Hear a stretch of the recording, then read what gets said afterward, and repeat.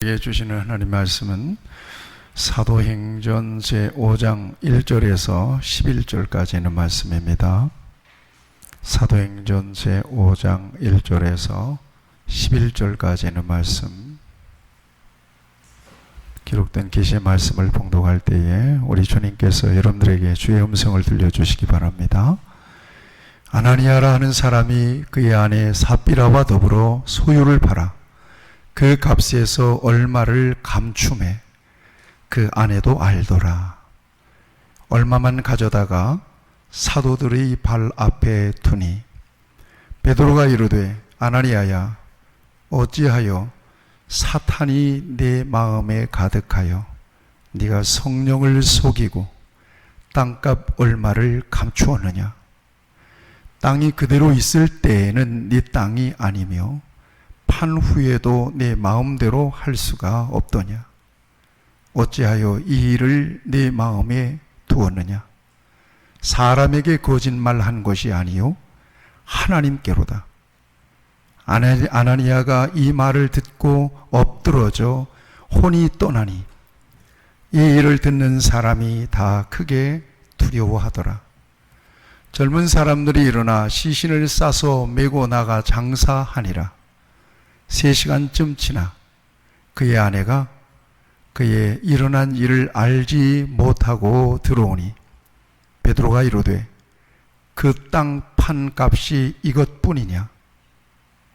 내게 말하라 하니 이르되 예, 이것뿐이라 하더라. 베드로가 이르되 너희가 어찌 함께 꾀하여 주의 영을 시험하려 하느냐? 보라, 네 남편을 장사하고 오는 사람들의 발이 문 앞에 이르렀으니 또 너를 내어 가리라 하니 곧 그가 베드로의 발 앞에 엎드러져 혼이 떠나는지라. 젊은 사람들이 들어와 죽은 것을 보고 메어다가 그의 남편 곁에 장사하니 온 교회와 이 일을 듣는 사람들이 다 크게 두려워하니라. 아멘. 대체 사람은 얼마나 가져야 만족할 수 있을까요? 사람의 욕심이 끝이 있을까요? 궁극적으로 사람들이 추구하는 가치는 도대체 뭘까? 영적인 가치일까요? 세속적인 가치, 물질적인 가치일까요? 우리가 지난주에 아주 중요한 한 사람을 봤습니다. 나면서부터 못 걷게 된 사람. 그 사람과 베드로와 요한의 관점을 비교하면서 오늘 이 세상에 살아가는 사람들이 대부분 나면서부터 안전뱅이 된 이 사람과 같은 인생의 목표와 목적을 가지고 살아간다라고 하는 사실을 저와 여러분들이 깨닫게 되었습니다. 우리를 보라. 이 사람은 무엇을 얻을까 베드로와 요한을 바라봤습니다. 이 사람의 목적은 물질입니다. 이 사람의 목적은 돈입니다. 그러나 이 사람이 가지고 있는 근본적인 문제는 안전뱅이에서 일어서는 것이며 나아가서 구원받는 것입니다. 예수 그리스도의 이름으로 구원받는 것입니다. 그 영적인 문제가 해결되는 것입니다. 베드로와 요한의 오직 그에 대한 관심은 예수 그리스도의 능력으로 영적인 안전뱅이도 일어나고 육신의 질병도 고치는 것이었습니다. 은과 금은 내게 없거니와 내게 있는 것으로 내게 주노니 곧 나사렛 예수 그리스도의 이름으로 일어나 걸으라. 그는 영적인 안전뱅이에서도 일어났고 육신의 질병도 고침받았습니다. 이것은 곧바로 이 세속적인 가치, 물질적인 가치만을 추구하고 인생이 일생이면 전부라고 생각하고 완전히 이 세상에 무엇을 먹을까, 무엇을 마실까, 무엇을 입을까에 인생을 완전히 몰빵해버리고 살아가는 이 세상의 사람들을 대변하는 사람이 바로 나면서부터 안진뱅이 되었던 사람입니다. 이 사람은 다른 사람이 아니라 이 땅에 살아가는 모든 사람들이었다는 것입니다. 그러나 진정으로 우리 하나님은 이 육신에 속해서 이 세속적인 가치만을 추구하고 살아가는 이 사람들에게 영적인 은혜, 구원의 은혜, 하나님의 나라, 영원한 가치를 주고 싶은 것입니다. 오늘 저와 여러분들에게 그 같은 은혜가 임하시기를 축복합니다.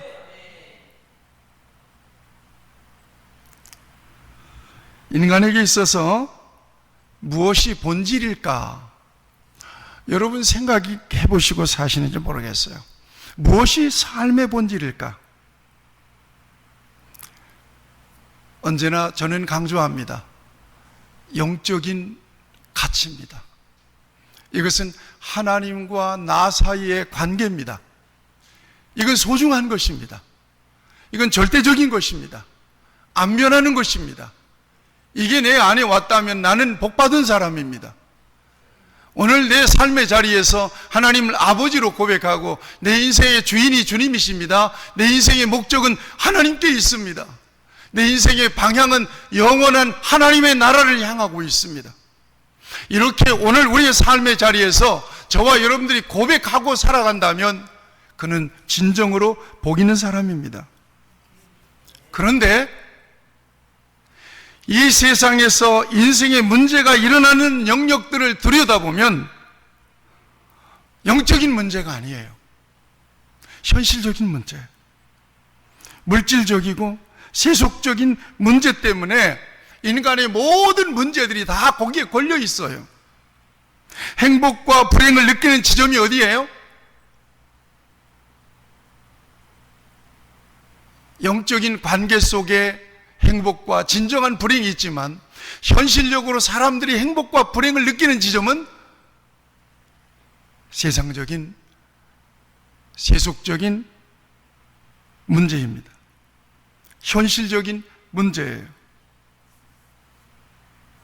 문제가 일어나는 곳, 고민이 있고 걱정이 있고 근심이 있는 곳, 이걸 들여다보면 거기에 현실적인 문제가 있어요. 광야에서 이스라엘 백성들이 가나안 땅을 향하여 갈 때 그들에게 진정으로 문제가 되어서 광야에서 하나님 앞에 원망하고 불평하고 출애굽 1세대들이 거반타 광야에서 죽을 만큼 고민했던 문제가 어떤 문제입니까? 영적인 문제였습니까? 현실적인 문제였습니다. 오순절에 성령이 임하고 예루살렘 교회가 어마어마한 엄청난 부흥의 역사가 일어났어요. 그런데 이 뜨끈뜨끈한 성령 공동체가 결국 뭐 때문에 어려움을 겪고 갈등을 겪고 분쟁을 겪습니까?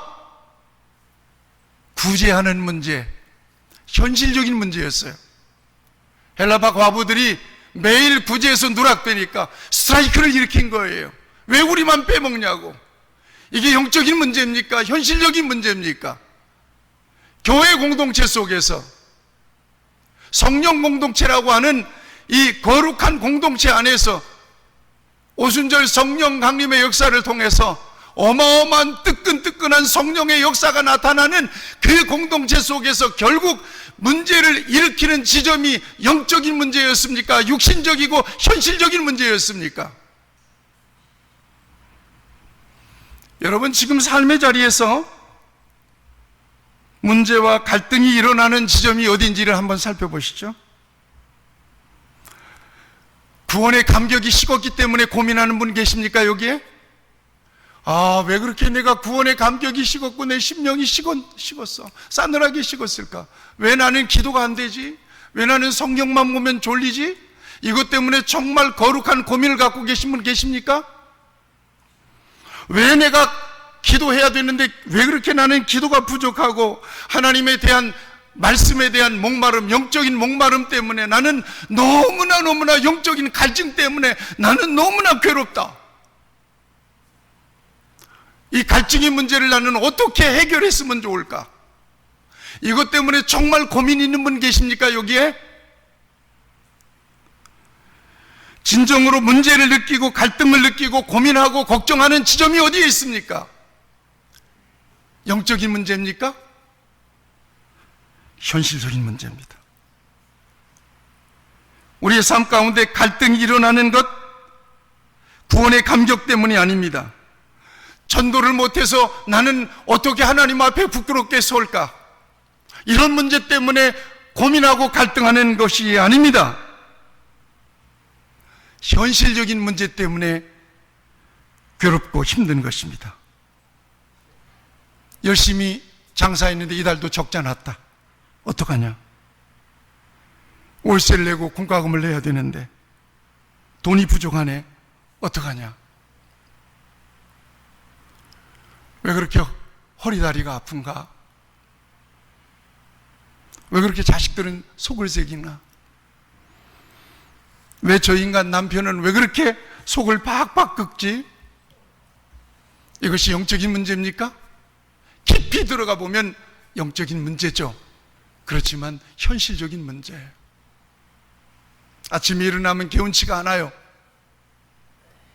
하루 종일 머리가 뻑뻑하고 골치 아픈 일들이 자꾸 생기고 아직 일어나지 않은 미래적인 일인데도 미리 절망하고 고민하는 사람들이 너무나도 많아요.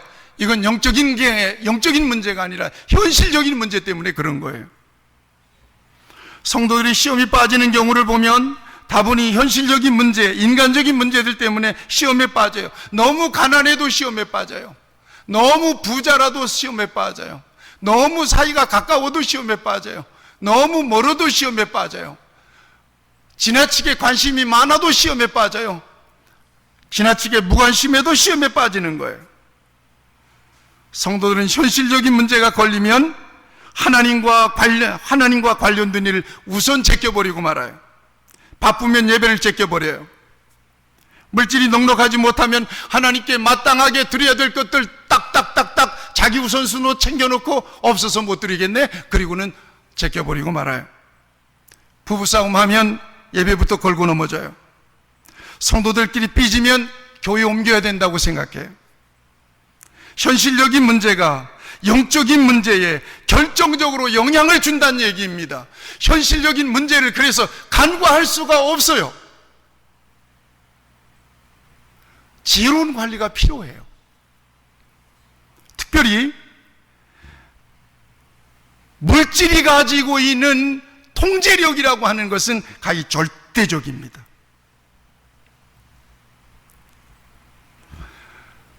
우리 교회 성전의 빈자리를 금방 채울 수 있습니다. 한 달 만에. 빈내리 교회 가면 매주마다 봉투에 담아서 5만 원씩 준다네 소문 뻗들입니다. 금방 사람들이 우리 교회로 몰려오게 될 것입니다. 더 이상 못 받아서 바깥에서 대기하고 나머지는 찬양 예배 때 오세요. 돈이면 안 되는 일이 없습니다. 이게 돈이 가지고 있는 권세입니다. 어마어마한 영향력입니다. 신앙생활의 리듬을 금방 뺏어버릴 수도 있습니다. 흔들어버릴 수도 있습니다. 마귀가 일이 잘 되게 만들어버리는 거예요. 너무 일이 바빠버리게 만드는 거예요. 그래서 정신없게 만들어버리는 거예요. 실제로 그렇잖아요. 바쁘고 힘들면 무엇부터 가지치기 합니까? 해도 되고 안 해도 되는 일, 해도 표시도 안 나고 해도 특별하게 결과도 안 보이는 그 일부터 가지치기 해버리고 말잖아요. 무섭습니다. 교인들을 축복하면 교인들이 잘 나가요. 교인들이 바빠요. 목사님 어마어마해요. 저한테는 정말 어떤 분, 목사님 돈 벌리는 것이 무서워요. 왜 그렇게 돈이 많이 벌리는지 모르겠어요. 뭐 하려고 하나님이 나한테 이렇게 엄청나게 몰아주시는지 모르겠어요. 돈 번다는 얘기하니까 여러분들이 눈이 반짝반짝하는 것 같아요. 그런데 이 사람을 가만히 지켜봤어요. 안 변해요. 어마어마하게 이분의 표현에 의하면 하나님께서 갈퀴로 돈을 긁어서 포대자루에다가 모아주는 것 같아요. 와, 신분이 상승이 되는데 눈에 딱딱딱딱 보이는 거예요. 방 한 칸짜리 월세 살던 사람이 금방 전세로 옮기더니 아파트를 사더니 아파트를 옮기더니 아파트를 점점 크게 옮기더니 완전히 그냥 이게 보이는 거예요. 단기간에 한 3년 만에 이루어진 일입니다.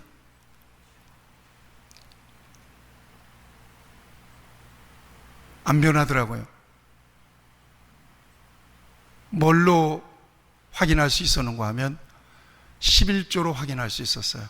1,000만 원 가까운 11조를 계속 드렸으니까요. 거기에 타협하는 사람이 아니었단 말이에요. 그 사람이 하나님 앞에 믿음이 간 거예요. 그 사람이 마음이 합한 거예요. 지금 생각해도 따뜻해요. 목사의 마음으로도. 그대로 변치만 않는다면 하나님이 더 크게 쓰시겠다.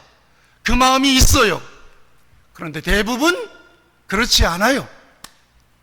사업이 잘 나가고 돈 좀 빵빵하게 오면 어깨부터 딱 올라가고 목에 기부스가 딱 세워지고, 그리고 교회를 정서적으로 지배하려고 그래요. 목사를 정서적으로 지배하려고 그래요. 교회 나 건들면은 큰일 나는 수가 있어. 내가 삐딱하면 나 이 교회만 교회야. 저는 목사로서 그런 사람들을 결코 봐주질 않았습니다.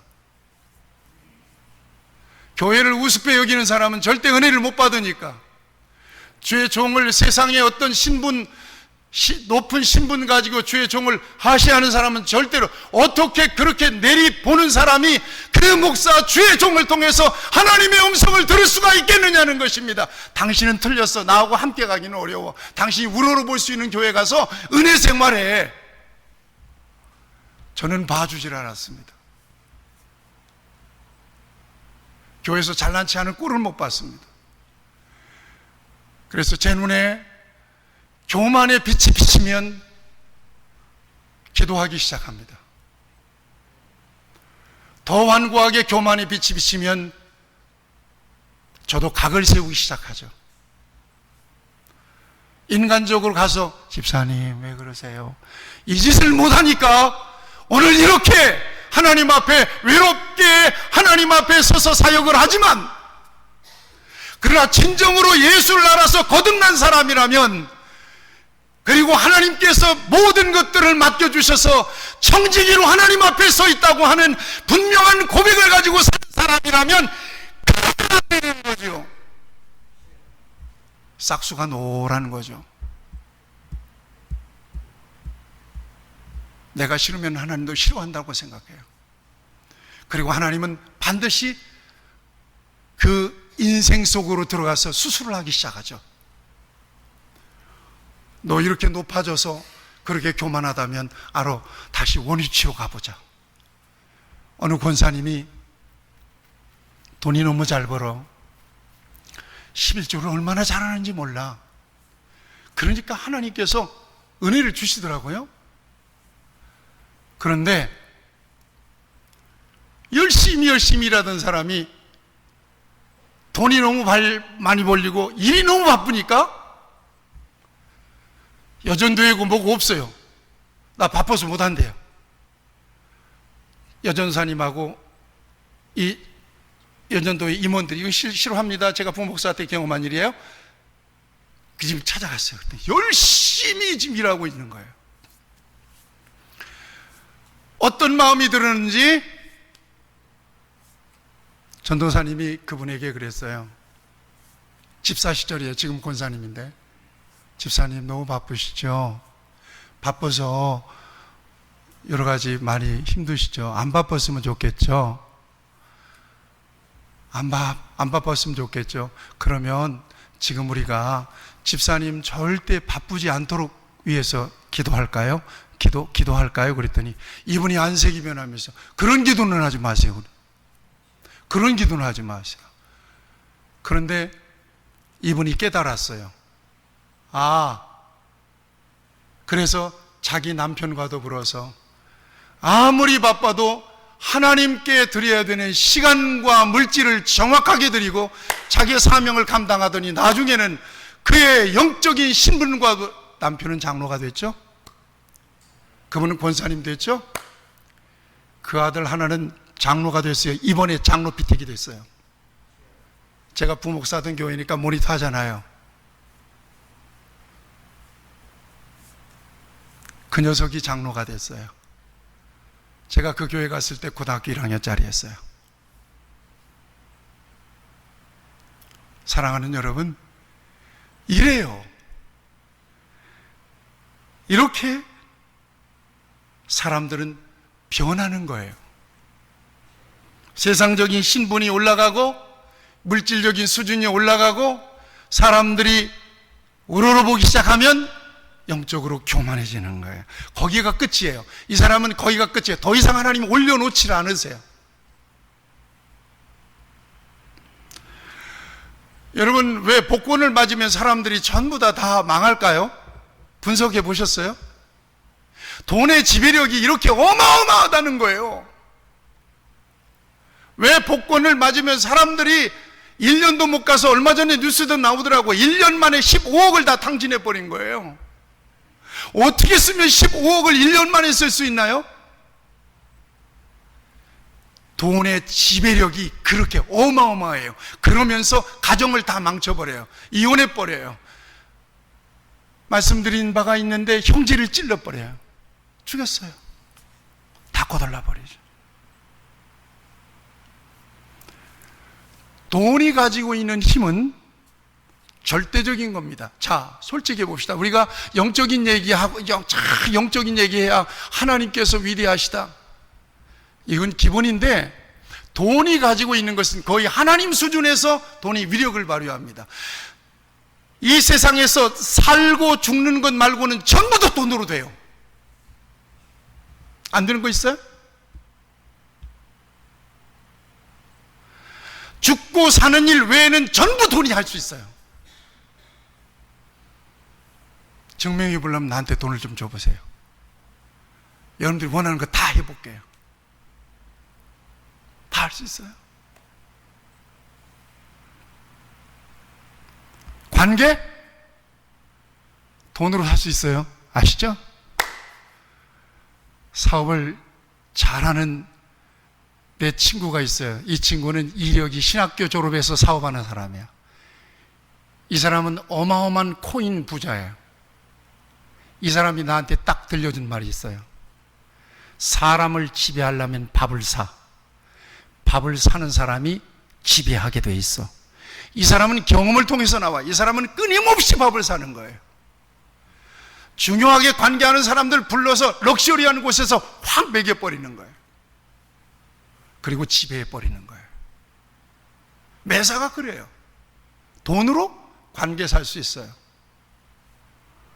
제 주변에 있는 목사님들 돈으로 다 내 사람 만들 수 있어요. 관계도 돈이 지배해요. 돈이 못할 수 있는 것은 거의 없어요. 다 해요. 명예? 돈 주면 사버려요. 안 되는 게 있어요? 다 돼요. 세상에서 죽고 사는 일 외에 다 할 수 있어요. 돈이면. 이게 돈이 가지고 있는 위력이에요. 그래서 성경은 돈을 하나님처럼 섬기는 대상으로 경계합니다. 돈을 하나님처럼 섬기는 것에 대해서 철저하게 경계합니다. 들어보세요. 바알과 아세라 신을 숨겼죠. 바알과 아세라 신은 물질 신입니다. 풍요 신입니다. 재물의 신입니다. 하나님의 백성들이 하나님의 자리를 싹 치우고 바알과 아세라를 섬겼어요. 이거 어마어마하죠? 바알과 아세라를 섬기는 것을 경계하면서 우상을 섬기는 자는 3, 4대가 망할 것이다. 완전히 십계명을 통해서 못을 쳤어요. 그 정도로 돈의 위력이 대단해요. 하나님처럼 숭배할 만큼. 이거 인정하시죠? 인정하신다면 아멘 해보세요. 아이고 목사님, 나는 아니에요. 나는 오직 주 예수밖에 없습니다.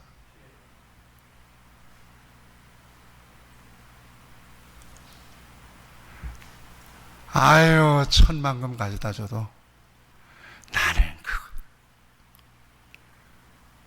주여, 주 예수보다 귀한 것은 없네.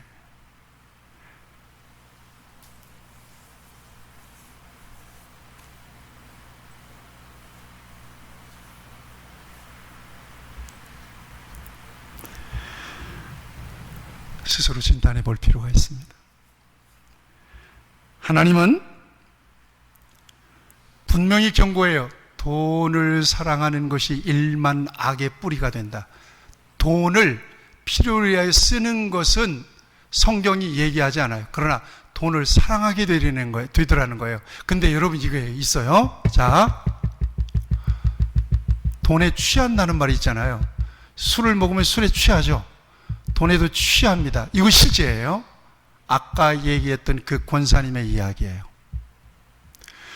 돈을 버는데 돈 버는 재미가 보통 재미가 아니라는 거예요.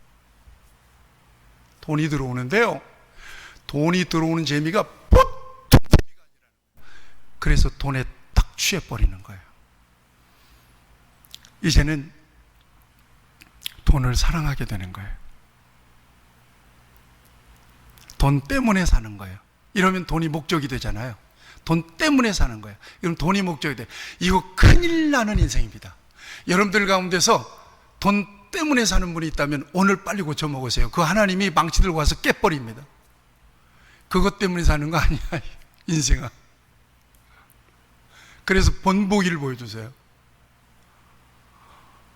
여러분, 밤새 안녕하세요. 우리가 얼마나 연약한 존재인 줄 아세요?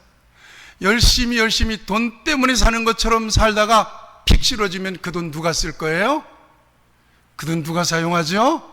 그 돈 어떻게 되는 거예요? 그건 아니에요. 있으면 적당하게 누리면서 사세요.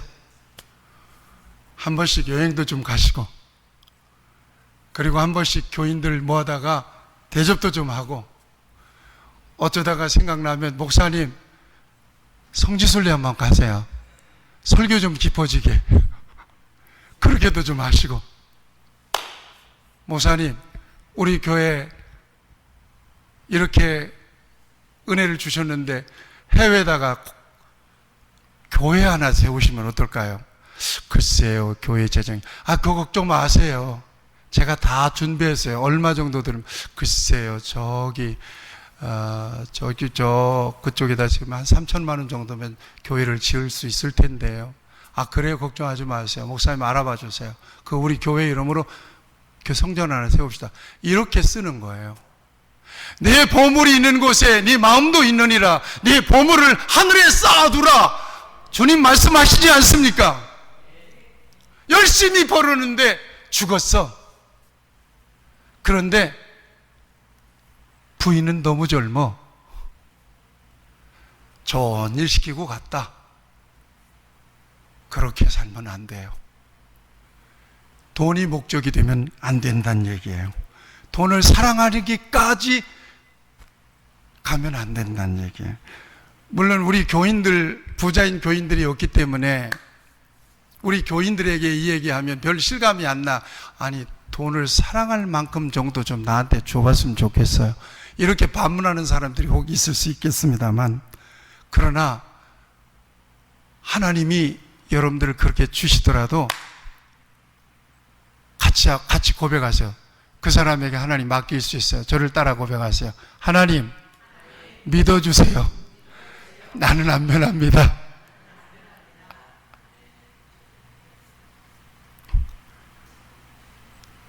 믿습니까? 확실합니까?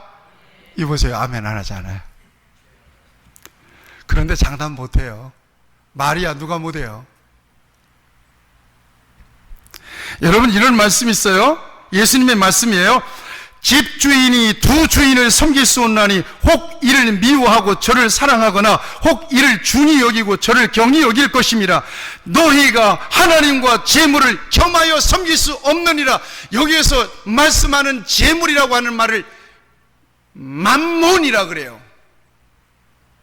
맘몬이에요. 아람어 맘몬, 맘모나, 이게 재물이에요. 재산이에요. 돈이에요.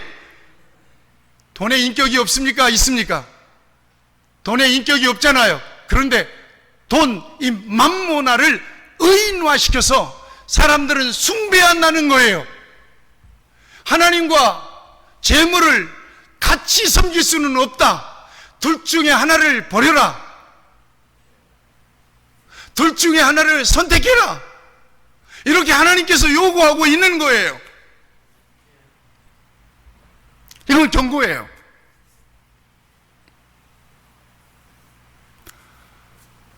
이 돈이 성경시대나 지금이나 얼마나 어마어마한 위력이 있는지 돈에 대한 경고들이 너무너무 많아요. 몇 구절 읽어드릴게요. 적은 소득이 의를 겸하는 많은 소득이 음을 겸하면 많은 소득이 불의를 겸하는 것보다 낫도다. 부정한 방법으로 많이 보는 것보다 옳은 방법으로 적게 보는 게 낫다는 거예요. 이게 성경이 말하는 재물관이에요. 꽁 잡는 게 뭡니까?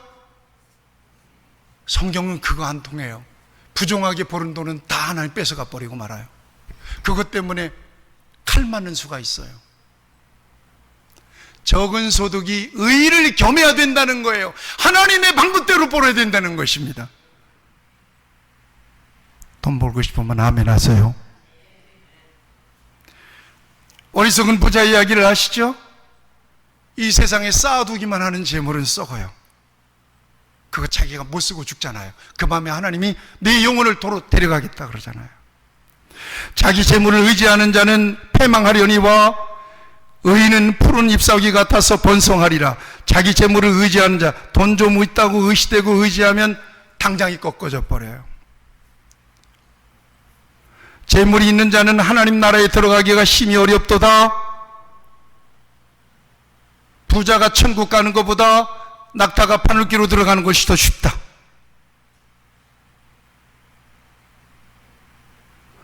내가 이 세대의 부한자들을 명하여 마음을 높이지 말고 정함이 없는 재물에 소망을 두지 말고 오직 우리에게 모든 것을 후히 주사 누리게 하시는 하나님께 두며 선한 일을 행하고 선한 사업에 부하고 나눠주기를 좋아하며 동정하는 자가 되게 하라. 이것이 물질에 대한 하나님의 교훈입니다. 명령입니다.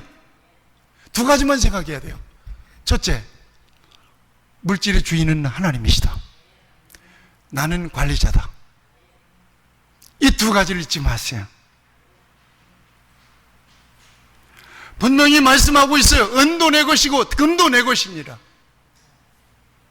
내 것이라. 하나님의 것이라는 것을 어떻게 목사님 증명할 수가 있어요? 아니, 당신 죽잖아. 당신 죽으면 그거 누구 거야? 아니, 내 아들 거죠. 네 아들은 죽으면 누구 거야? 그 손주가 갖겠죠. 손주 죽으면 어떻게 되는 거야? 여러분 생각하세요. 하나님의 거예요. 그게 쓰다가 하는 거예요. 하나님이 무상으로 맡겨주셨어요. 네 것이 아니에요. 내 것이 아니라고 하는 마음을 가지고 사는 것을 청지기 정신이라고 그러잖아요. 우리는 관리자요 청지기일 뿐이에요. 아멘. 우리 어머니 좋은 옷 우리 딸이 사줘서 밍크코트, 내가 여러 번 얘기하잖아요. 밍크코트 그거 제대로 입어보지도 못하고 돌아간 내 동생이 엄마 입으라고 보기에도 그냥 돈을 많이 준 것 같아. 우리 어머니 조그만한데 큰 옷 입으면 막 그냥 무슨 담요 쓴 것 같아. 그런데 우리 어머니 눈 오면 눈 온다고 안 입고 비 오면 비 온다고 안 입고 그냥 이렇게 해서 옷걸이다 걸어놓고 바라만 보다가 돌아가니까 그걸 누가 입겠냐 말이에요. 좋은 옷 있으면 입으셔 떨어지세요. 제가 여러 번 양복을 가지고 세탁소에 갔더니 세탁소 주인이 그래요. 목사님, 빨리빨리 양복 입어서 떨어지세요. 그래요. 그 말씀이 맞아요. 평생 지금 내가 가지고 있는 이 헌 양복, 중고 양복 다 입어서 떨어지기 전에 제가 은퇴하거나 죽거나 그렇게 될 것 같아요. 나는 제일 싫어하는 게 옷 사는 일이에요. 옷 많은데 너무 여러봐. 옷이 그렇게 많은데 뭘라고 또 옷을 사는 거예요 도대체. 티를 좀 하나 사. 티 웃기는 소리 하지 마. 티 아무거나 입으면 돼. 여러분, 관리자, 총직이 고백합시다. 나는 관리자입니다. 속으로는 주인인데 그러지 마세요.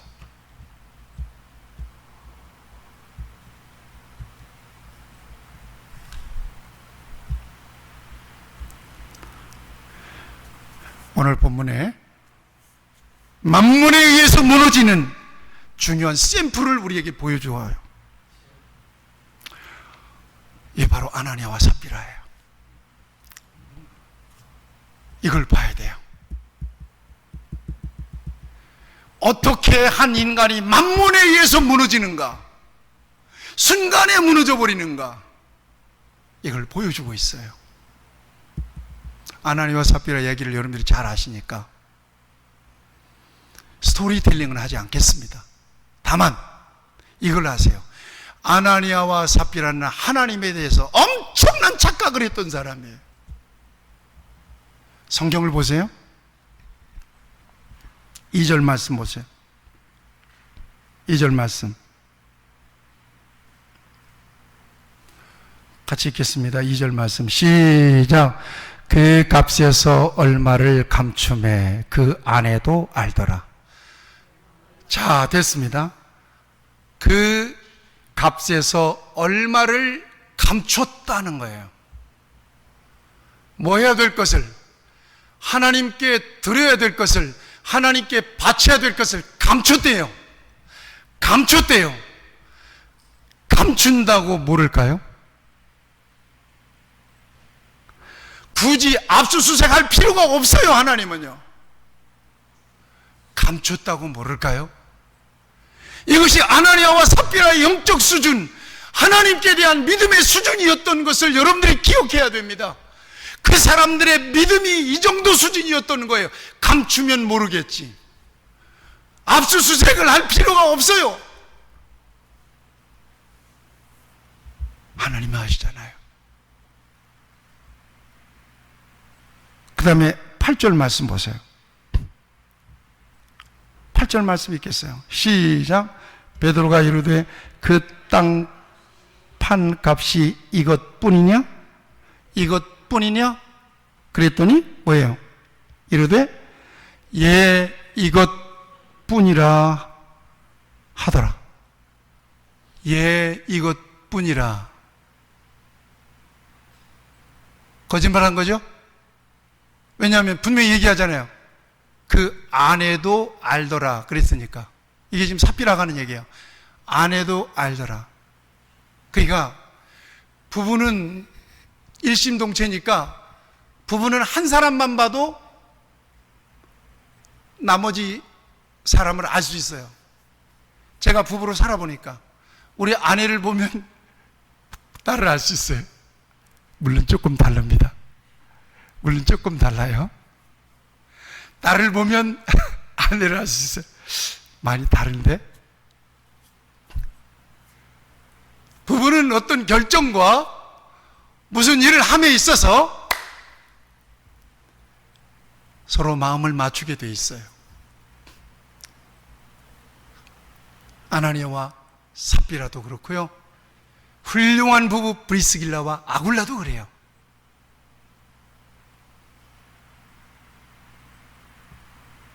그 밭 얼마를 감춤해 감춘다고 감춰진 겁니까?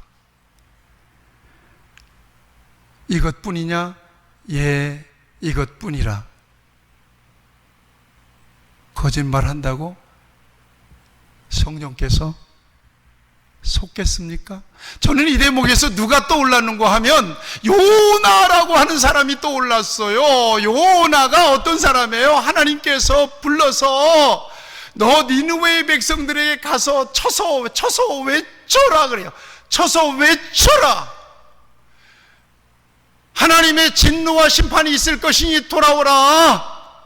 그런데 요나가 욥바 항구에 딱 가니까 이미 다시스로 가려고 닷을 딱 올린 배가 있는 거예요. 니느웨와 다시스는 전혀 다른 반대 방향.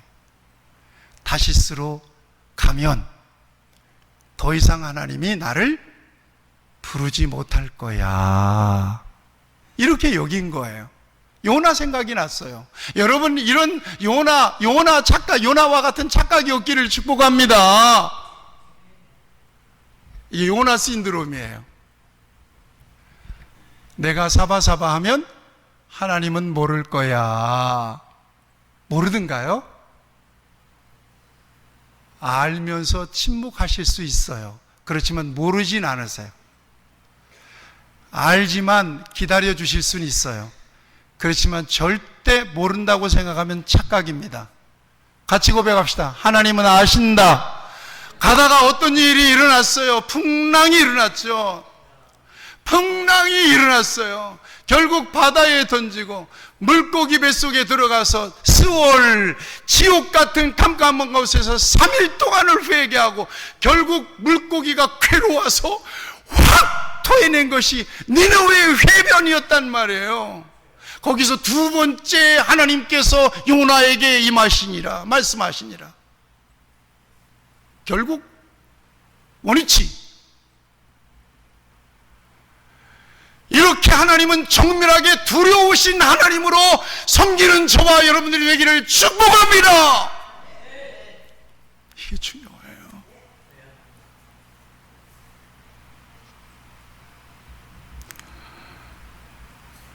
하나님이 어떤 분이신지에 대한 믿음이 보이지 않아요, 그들에게.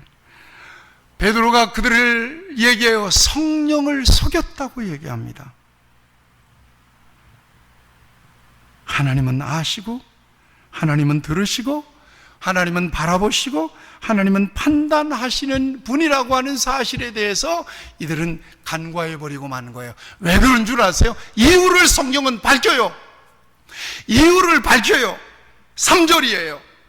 3절을 보세요. 시작. 베드로가 아나니아에게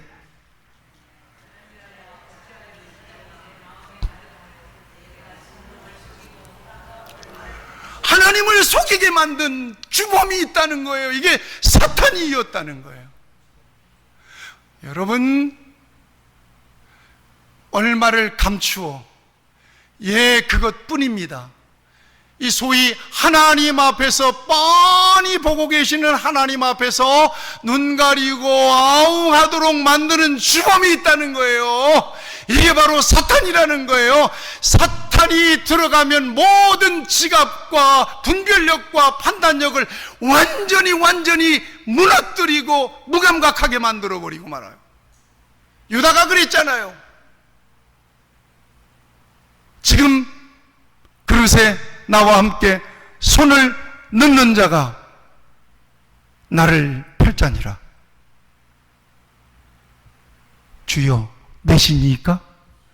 그 전에 사탄이 가룟 유다의 마음에 들어가 버리고 만 거 아니겠어요?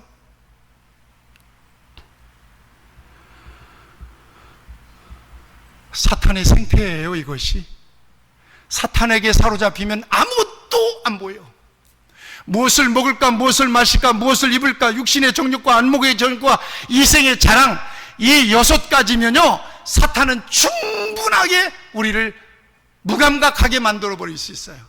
괜찮아, 돈 벌어서 해, 나중에 해, 너만 그렇게 하는 거 아니야. 다 그래. 술 먹는 사람들은 무슨 생각을 하는 줄 아세요? 요즘 장로님들도 술 먹대. 목사님들도 한 잔씩 하더만 이러면서 술 먹는 것을 정당화해요. 그 사람들은 먹을지라도 너는 먹지 말아야지. 왜 안 좋은 것을 본받아서 따라가려고 합니까?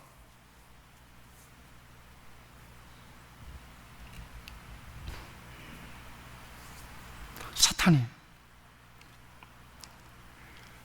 그래서 성경은 오직 주 예수 그리스도로 옷 입고 정욕을 위하여 육신의 일을 도모하지 말라고 말씀하시고요. 사랑하는 자들아, 거류민과 나그네와 같은 너희를 권하느니 내 영혼을 거슬러 싸우는 육체의 정욕을 제어하라고 말씀하셨고요. 성경은 에베소 4장 27절에 보면 마귀로 틈을 타지 못하게 하라고 분명히 우리에게 명령하고 있습니다. 같이 합시다. 사탄으로 틈 타지 못하게 하라. 아멘. 그런데요, 한 번 사탄을 이겨보는 경험을 해보세요. 그러면 못 건드려요.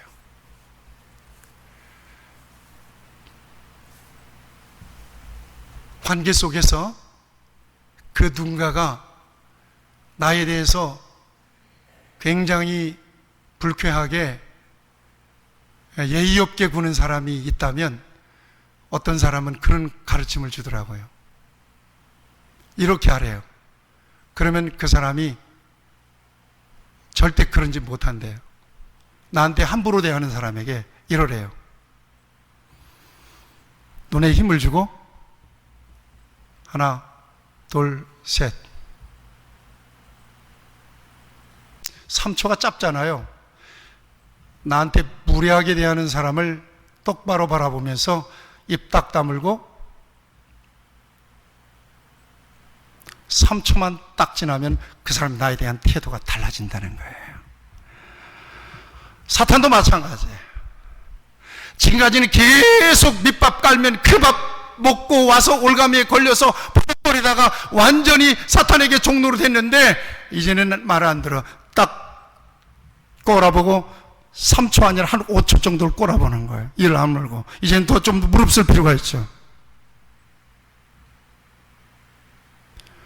이거 몇 번만 하면 사탄은 절대로 우리를 건들 수가 없어요. 그래서 이기는 경험이 필요해요. 한 번 정도 이겨보시길 바랍니다.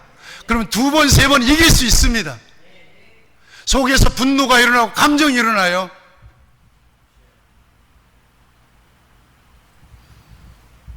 사랑하는 여러분, 영적인 이기는 경험이 저와 여러분들에게 너무 중요해요. 사탄이에요. 마귀로 틈타지 못하게 하라고 성경은 말씀하고 있습니다. 자, 그런데 이 말씀을 제대로 보면 회개의 기회가 있었을까요? 없었을까요? 회개의 기회가 있었어요. 오늘 이 시간이 회개의 기회일 수 있습니다. 회개의 기회가 있었어요. 뭐라고 말씀해요? 3절을 같이 보세요. 아나니아야, 어찌하여 사탄이 내 마음에 가득하여 네가 성령을 속이고 땅값 얼마를 감추었느냐? 그럴 때 즉시 주여, 맞습니다. 회개합니다. 그랬더라면 상황은 어떻게 됐을까요? 8절 말씀 보세요. 그 땅 판값이 이것뿐이냐? 내게 말하라 라고 그 아내 삽비라에게 베드로가 질문했을 때 그때 그 순간이에요. 그 순간, 아닌데요? 남편이 얼마 바쳤어요? 그래요? 그거 전부 아니에요. 남편이 바꾼 거예요. 남편이 속인 거예요. 그랬다면 삽비는 안 죽었을 거예요. 기회예요. 여러분, 왜 이 짧은 순간이 회개하고 돌이킬 수 있는 기회가 될 수 있었느냐고 이 말씀을 묵상하는 중에 저는 골고다 예수님의 십자가 옆에 오른편 강도입니까? 오른편 강도가 당신이 하늘나라의 일이거든 내 이름을 기억해 달라고 그러죠. 그래서 예수님께서 뭐라고 말씀하세요? 오늘 너와 함께 나와 함께 네가 낙원에 들어갈 것이다 그러잖아요. 결정적인 순간 짧은 순간에 구원받은 사람이에요, 이 사람이. 아나니아와 삽비라도 그 순간 지나가는 순간에 양심의 강한 가책을 받고 아닌데요. 아나니도 아닙니다. 아닙니다. 전부가 아닙니다. 삽비라도 남편이 얼마 들렸길래요? 아니에요. 그거 아니에요. 전부 아니에요. 이럴 수 있었더라면 상황은 상당히 반전됐을 가능성이 많아요. 아기는 그 길을 뿌리한 자는 그 생각을 버리고 여호와께로 돌아오라.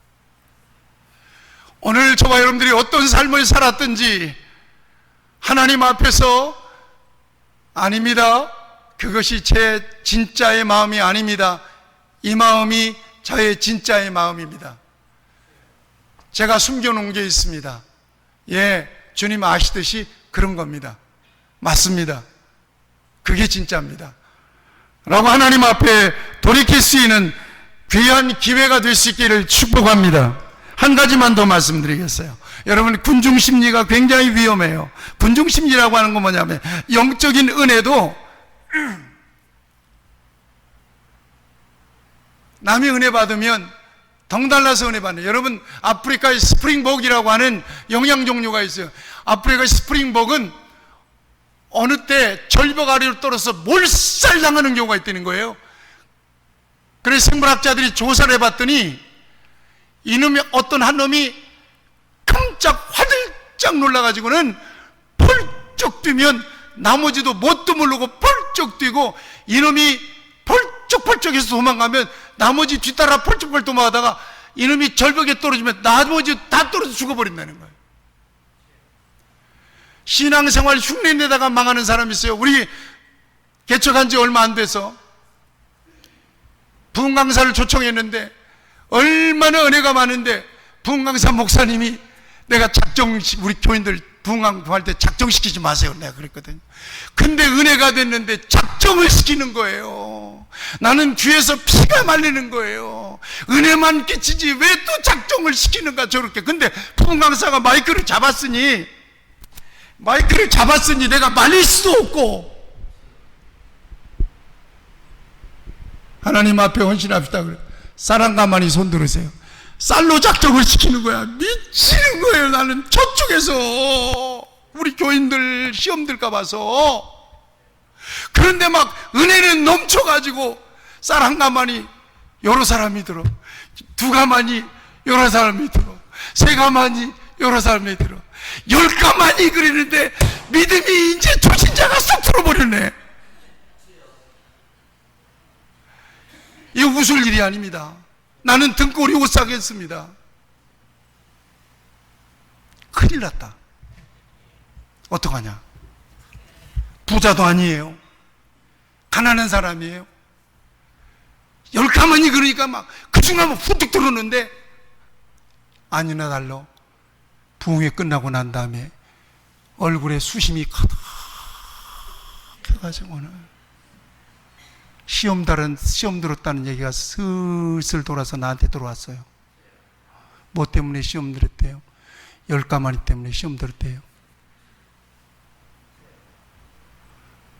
그래가지고는 제가 그 집에 신방 갔죠. 신방 가가지고 성도님, 이제 초신자 성도님, 하나님은 중심을 받으셨어요. 그 마음, 10가마니 바치고 싶은 그 중심은 이미 하나님이 받으셨어요. 그러니까 힘들어하되 하나만 하세요. 그랬더니 막 수고하고 무거운 짐이 벗겨져가지고 얼굴이 그냥 밝아지는 거예요.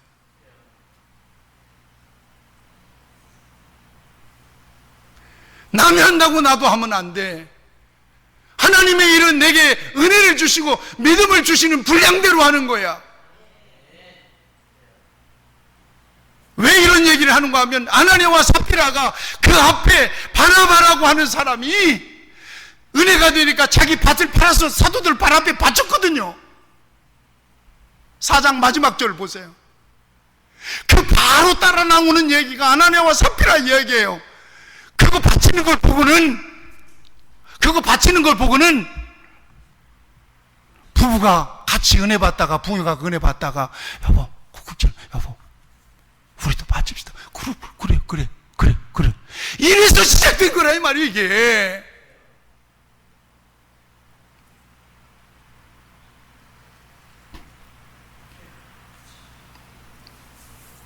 오늘 이 아나니아와 삽비라, 이 부부를 통해서 저와 여러분들에게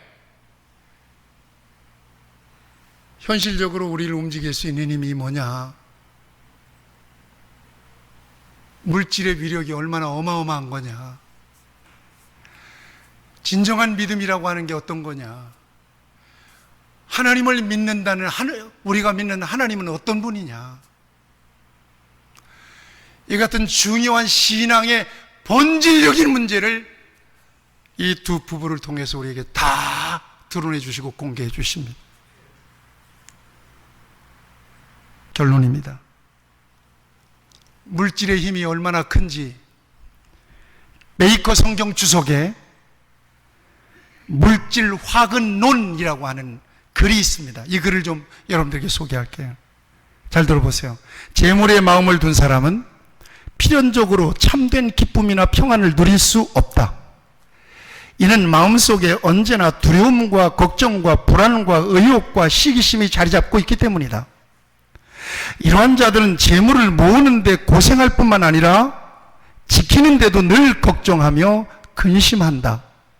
탐욕은 바닥이 없는 시면과 같아서 결코 채워질 수가 없다. 그들은 재물을 모으면 모을수록 마치 새로운 연료가 불꽃을 더하는 것처럼 한층 탐욕에 타오르는 것이다. 물질로는 행복이 없다. 심리학자 김태형 교수가, 박사가 하는 얘기예요.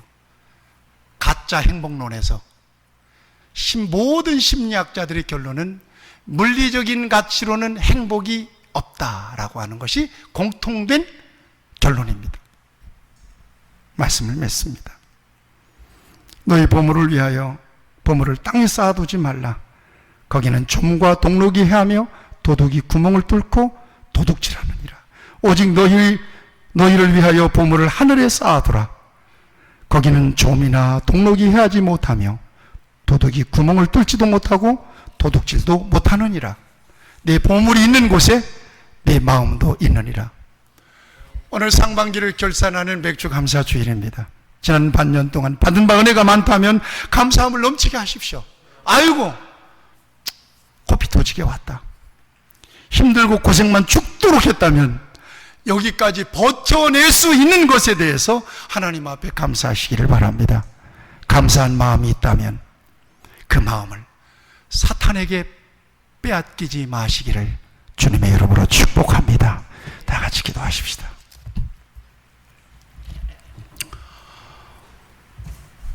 하나님 아버지, 오늘 전반적으로 하나님 앞에서 우리의 믿음을 아나니아와 삽비라를 통해서 점검해 볼 수 있게 해주신 것을 감사합니다. 우리에게 주신 성령의 마음, 감사한 마음을 사탄에게 빼앗기는 일이 없도록 성령께서 우리의 마음과 생각을 주관하여 주시옵소서. 예수님의 이름으로 기도하옵나이다. 아멘.